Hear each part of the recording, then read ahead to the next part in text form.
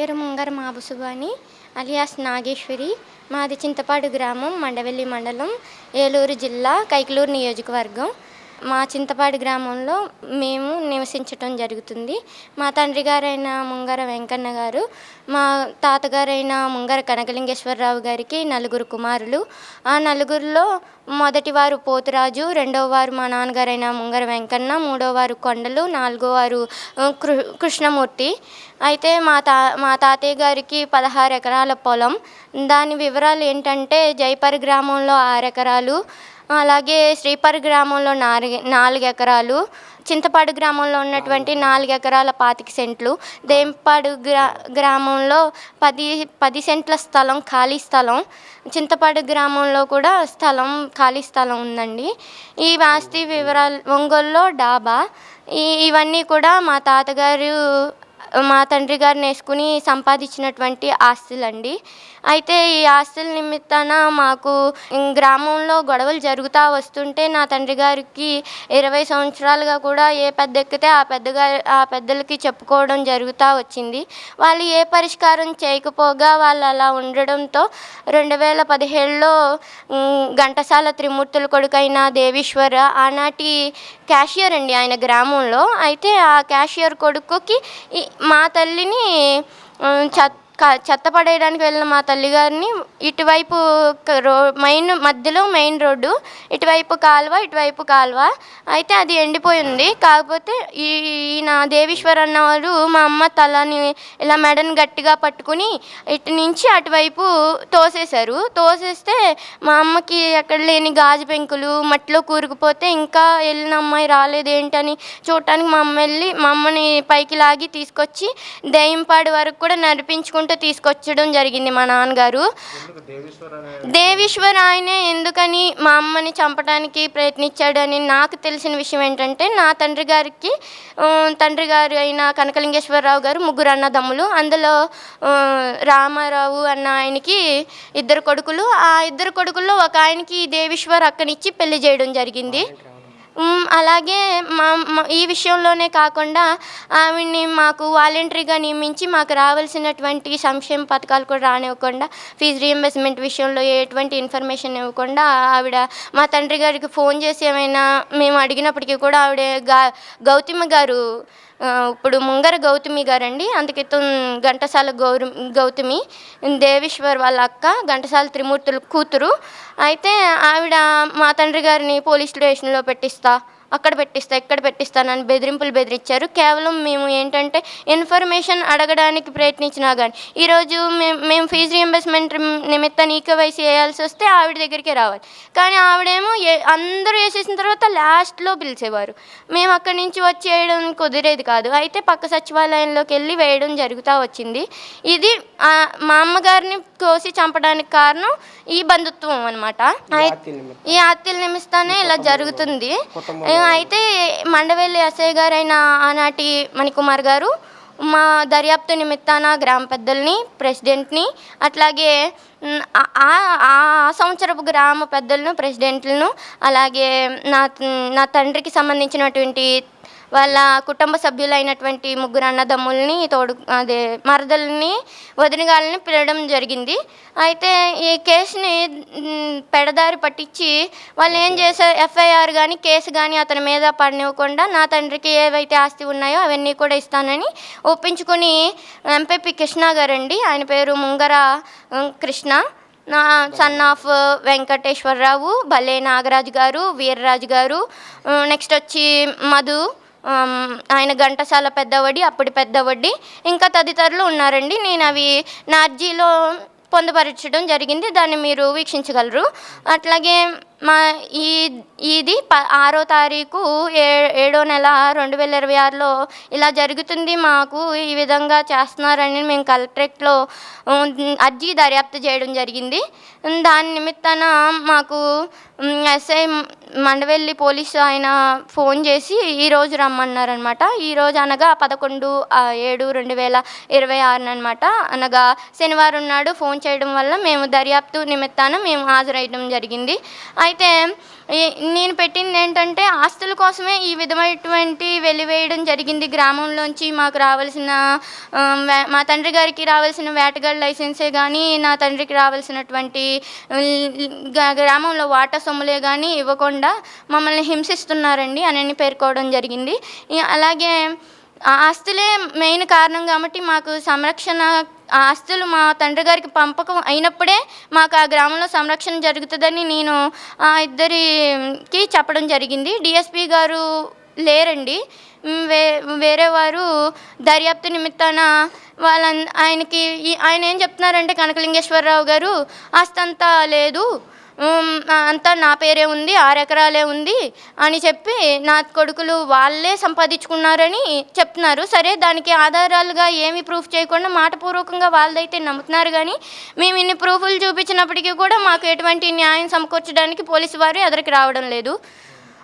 ఇంకా పైగా ఏంటంటే వాళ్ళకి కోఆపరేట్ చేయడమే కాకుండా వాళ్ళకి ఏమో ఎంతో సౌమ్యంగా అడగడం, ఎంతో విధంగా మాట్లాడటం జరుగుతుంది. మాకైతే దబాయిచ్చి మేము అధికారంలో ఉన్నాం, మీరు ఏంది ఇలాగా ఎదురు చెప్పడం అన్నట్టు మమ్మల్ని అయితే దబాయిస్తున్నారు.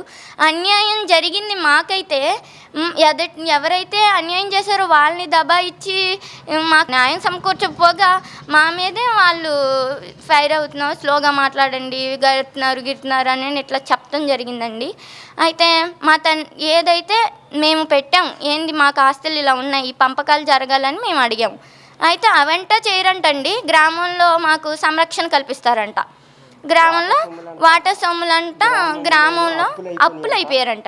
గ్రామంలో అప్పులు అయిపోవడం వల్ల తిరిగి మా తండ్రి డబ్బు చెల్లించట్లేదని వాళ్ళు తిరిగి మా మీదే నిందేసినారండి. వెలివేసిన ఒక వ్యక్తికి ఈరోజు వెలివేసిన మా నాన్న డబ్బులు మీరు ఇవ్వకపోగా అప్పులైతే మా తండ్రి గారు అయితే మీకు డబ్బులు ఇవ్వలేదని ఇలా వదంతా సృష్టిస్తున్నారండి. అయితే వాళ్ళు ఇంకో ప్రూఫ్ కూడా చూపించారండి. 2026లో రీసెంట్గా జరిగిందనమాట.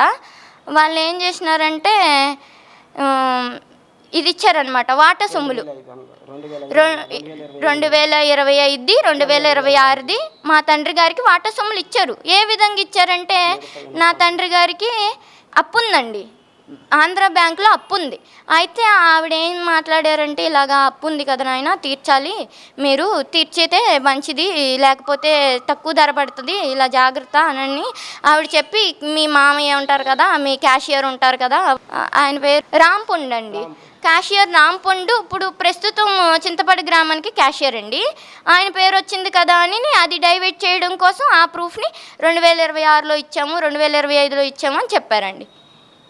మాకైతే మేము ఒప్పుకుంటున్నామండి. 2025, 26 సంబంధించి నా తండ్రికి నా తమ్ముడికి ఆ సంవత్సరం 5,000 చొప్పున అలాగా 20,000 మాకు ఇచ్చారు, మేము పుచ్చుకున్నాం కూడా. అయితే గడిచిన 10 సంవత్సరాలు ఇంకా ఇవ్వాలి అని అడుగుతుంటే వాళ్ళు ఏమంటున్నారంటే అప్పులు అయిపోయాం అంటున్నారు. దీన్ని మీరేంటంటే విచారించి నిజంగానే వాళ్ళు అప్పులు అయ్యారా లేదా అనేది ప్రూఫ్ పూర్వకంగా సబ్మిట్ చేయమని మేము వేడుకుంటున్నాము. మేమేంటంటే మేము వాళ్ళ మీద అపవాదాలు వేస్తున్నాం, మేము ఇవన్నీ సృష్టించి చెప్తున్నామని వారు విఆర్ఓ గారి ద్వారా బాగా మ్యానిపులేట్ చేయడం జరిగిందండి. విఆర్ఓ పేరు యువరాజ్ అండి. ఆయన ఏంటంటే మా అమ్మగారి కంటండి అర్జీలో పెట్టేస్తున్నారు అన్న విధానంలో మా అమ్మగారికి మతిస్థిమితం లేదని ఆయన ఎటువంటి హాస్పిటల్ సర్టిఫికేట్ ప్రూఫ్ చేయకుండా మా గ్రామంలో మా చుట్టుపక్కల ఉన్న ప్రజల యొక్క వాగ్మూలం సాక్షిగా ఆయన మా అమ్మగారికి మెంటల్లీ ఇల్నెస్ డిజార్డర్ అని, మా అమ్మగారికి మతిస్థిమితం లేదని ఆయన చెప్పడం జరిగింది. పైకి అర్జీలో దాన్ని పేర్కొన్నారండి. అయితే మా అమ్మగారికి ఈ మీడియా పూర్వకంగా మేము చెప్పేది ఏంటంటే, మా తల్లిగారికి ఎటువంటి డిజార్డర్ కానీ మెంటల్ ఇల్నెస్ కానీ మా నలుగురిలో ఎవరికీ లేదని, అవి మా మాటల పూర్వకంగా మీకు అర్థమవుతాయని నేను మెచ్చుకుంటున్నాను. ఇంకా ఈ ఆస్తులన్నీ కూడా ఇప్పించి మాకు న్యాయం సమకూర్చిమని నేను మీడియా ద్వారా, ఈఎంటీవీ ద్వారా మాకు ఖచ్చితంగా న్యాయం జరుగుద్దని మేము నమ్ముతున్నాము. ఎవరు మీ గ్రామంలో అంటే ఇప్పుడు ప్రస్తుతం ఎవరెవరు గ్రామ పెద్దలుగా ఉన్నారు, వాళ్ళు ఎవరెవరు మిమ్మల్ని ఇబ్బంది పెడుతున్నారు? అంటే ఆ సమయంలో ఉన్న గ్రామ పెద్దలండి. ప్రస్తుతం గ్రామ పెద్దలు కూడా మాకు ఈ విధానం తప్పించుకోవడం కోసం మాకు వాటా సొమ్ములు ఇచ్చారు. వాళ్ళు ఈ దర్యాప్తులో రాకుండా తప్పించుకోవడం కోసం ఇచ్చారు. ఇదేంటంటే వీళ్ళు ఏమని మ్యానిపులేట్ చేస్తున్నారంటే మేము ఇస్తున్నాము అని ఆ ఒక్క 2025-26 ప్రూఫ్ చూపించి కట్టడి చేస్తున్నారు. దానికి వాళ్ళు ఒప్పుకొని మాకు రావాల్సినటువంటి ఏ న్యాయం కూడా జరగనివ్వటం లేదు. మా తండ్రి గారికి రావాల్సిన మత్స్యకార లైసెన్స్ అండి. తర్వాత మాకు గ్రామంలో సంరక్షణ మా నలుగురికి సంరక్షణ భుక్తి అంటే మా నాన్నగారు వేటాడటానికి వెళ్తారు. ఎటువంటి ఆంక్షలు లేకుండా గ్రామంలో ఇతర వేటగాళ్ళు వేటాడుకున్నట్టే మా తండ్రి గారు కూడా వేటాడుకోవాలని మేము కోరుకుంటున్నాము. నా తండ్రికి రావాల్సిన ఆస్తి భాగాలన్నీ కూడా ఇప్పించి మాకు న్యాయం సమకూర్చే ప్రార్థన. నమస్కారం, నా పేరు వెంకన్న. మా తండ్రి గారు కనకలింగేశ్వరరావు గారికి 4 కొడుకులము. అయితే నేను రెండో వాడిని. అయితే కానీ ముగ్గురు పని చెబితే చదువు పేరు మీద అటు వెళ్ళిపోయేవారు. ఆ ఇంట్లోను పనంతా కూడా నేనే చేసేవాడిని. అలా మా నాన్న నేను కలిపి ఒక 16 ఎకరాలు పొలం సంపాదించి డబ్బు ఒక 20 లక్షలు సంపాదించి మళ్ళీ 10 గేదెలుండి నా ఒక హయంలోను నేను ఒక పరిస్థితిలోను ఈ ఒక గేదెలో 10 గేదెలు ఒక 20 లక్షల పొలము 30 కాసుల బంగారము ఉండేది. మరి అవన్నీ కూడాను మరి నన్ను వేరే పెట్టి వాళ్ళు ఏమో వేరేగా దళార్తనంగాను పని చెప్పినా కానీ అటు వెళ్ళిపోయేవారు. ఆ ఇంట్లో పనంతా నేనే చేసేవాడిని. ఆ ఒక విధానం అంతా మా తండ్రి గారికి తెలుసు. అయినప్పటికి కూడా వాళ్ళు దళార్తల్లాగా తిరిగిన వాళ్ళకి ఏమనివాడు కాదు. నేను 24 గంటలు చేసినప్పటికి కూడా నన్ను కొట్టేవాడు, తిట్టేవాడు. ఆ రోజులు పెళ్లి కానప్పుడు కూడా కొట్టేవాడు, తిట్టేవాడు. మరి ఇదే పరిస్థితిలో కూడా నా బిడ్డలు అయినప్పుడు కూడా నా బిడ్డలు ఎదురుగానే మా తండ్రి కొడుతున్నాడు. మరి నా తండ్రిని నేను తండ్రివని గౌరవం చేత నేను ఏనాడు కూడా నా తండ్రిని కొట్టిన దాఖలా లేదు. ఏంటి, నాకు జన్మనిచ్చాడు కాబట్టి. అదే నేనున్న పరిస్థితిలో ఆ ముగ్గురు కొడుకులైతే ఎప్పటికీ మా తల్లిదండ్రిని కానీ తండ్రిని కానీ చంపేసేవారు. ఏంటంటే ఈ ఆస్తి నిమిత్తాన నాకు రావాల్సిన భాగాన్ని ఇవ్వకోకుండాను మరి వాళ్ళ ముగ్గురే నన్ను పక్కకు తోసేసి వాళ్ళ ముగ్గురే అనుభవిస్తున్నారు. భాగం అడిగితాకెళ్తేనేమో నన్ను కొడుతున్నారు, తిడుతున్నారు. ఏ సమాధానం ఎత్తలేదు. ఇలాగా నన్ను పెద్దలు చింతపాడు గ్రామ పెద్దలు ప్రెసిడెంట్లు కూడా ఇవన్నీ తెలిసినప్పుడు కూడా వాళ్ళకే కోఆపరేట్ చేస్తున్నారు తప్ప నాకు న్యాయం ఎత్తలేదు. మా గ్రామ పరిస్థితి మా ఒక కుటుంబ సభ్యులకే పట్టాభిషేకం కడుతున్నారు, వాళ్ళకే మద్దతు ఇస్తున్నారు. నా వరకే పైనుంచి అధికారులు వచ్చినప్పుడు కూడా మరి వాళ్ళు మంచోళ్ళు కాదని, వాళ్ళు మా మాట వినరని, మేమంటే లెక్క ఉండదని ఈ విధంగా సృష్టిస్తున్నారు గ్రామ పెద్దలు, ప్రెసిడెంట్లు, ప్రజలు కూడాను, వాడకట్టి జనం కూడాను. మమ్మల్ని ఒక వెలివేసినట్టుగా వెలివేసామని కూడా మరి చెప్పిన మాటలు ఉన్నాయి. దానికి సాక్ష్యం బంక్రోత్ రాజు, మళ్ళీ ఘంటసాల రామరాజు.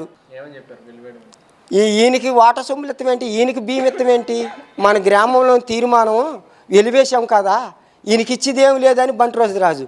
అదే ప్రకారము ఇలాగే మరి గ్రామంలో మేము తీర్మానించుకున్నాము అని రామరాజు గారు కూడా చెప్పడం జరిగింది. మీ ఒక్క ఛానల్ సోదరులకి నమస్కరించిందంటే నాకు రావాల్సిన భాగం కానీ గ్రామంలో రావాల్సిన వాట సొమ్ములు కానీ మరి సంరక్షణ కల్పించమని మీ ఒక్క హృదయపూర్వకంగా మాకు న్యాయాన్ని సమకూర్చమని చాలా ఎంటీవీ వారికి నమస్కరించి నేను విన్నపం చేసుకుంటున్నాను. ఇది నా విన్నపం sir.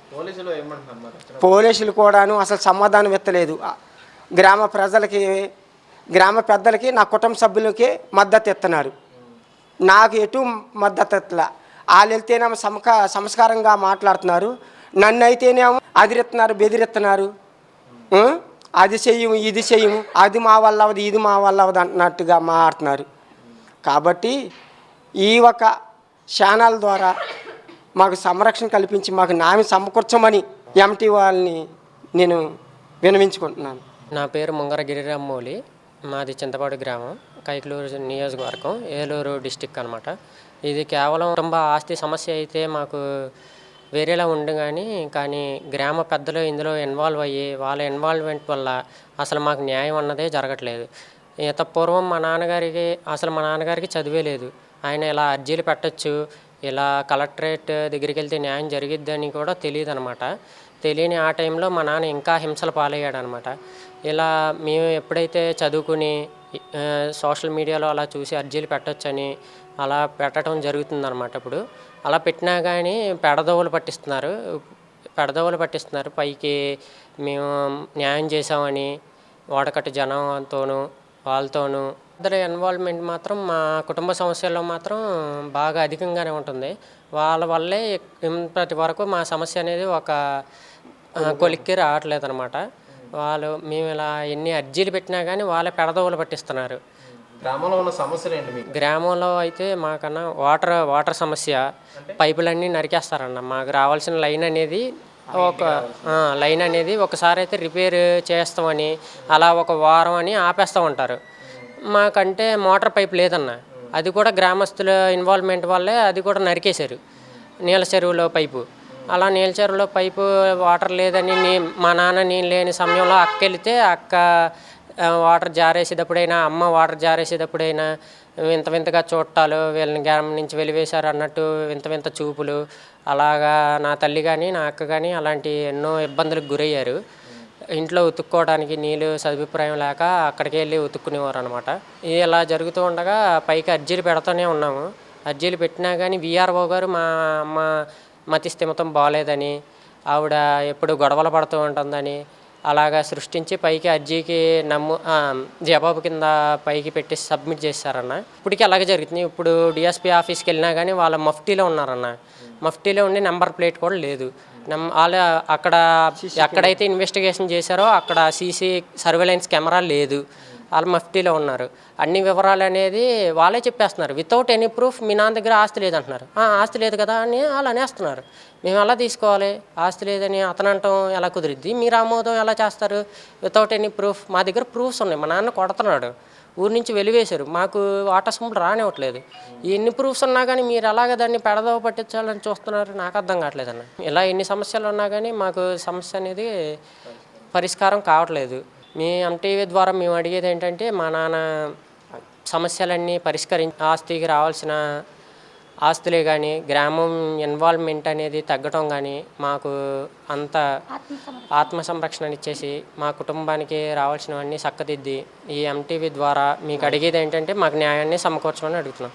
Ashram cancer care, Ashram hospitals, Eluru సంయుక్త పశ్చిమ గోదావరి జిల్లాలోని అత్యుత్తమ క్యాన్సర్ వైద్యం మన ఆశ్రమ్ క్యాన్సర్ కేర్ లో సెంట్రల్ ఆంధ్రాలో తొలిసారిగా 6 DOF టెక్నాలజీ ద్వారా రేడియోథెరపీ ట్రీట్మెంట్స్ అందిస్తున్న మన Ashram cancer care breast cancer, గర్భాశయ ముఖద్వార క్యాన్సర్, జీర్ణాశయ క్యాన్సర్, బ్రెయిన్ క్యాన్సర్, నోటి క్యాన్సర్, గొంతు క్యాన్సర్, ఊపిరితిత్తుల క్యాన్సర్, బోన్ క్యాన్సర్, అండాశయ క్యాన్సర్, మూత్రకోశ క్యాన్సర్, ప్రొస్టేట్ క్యాన్సర్, చర్మ క్యాన్సర్, ఇలా క్యాన్సర్ వ్యాధి ఏదైనా చికిత్స ఆశ్రమ్ క్యాన్సర్ కేర్ లోనే.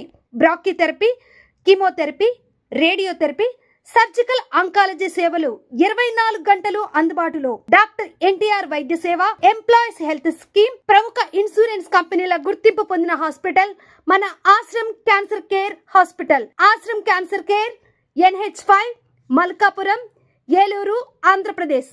Phone numbers 08812 288 299 94910 44836.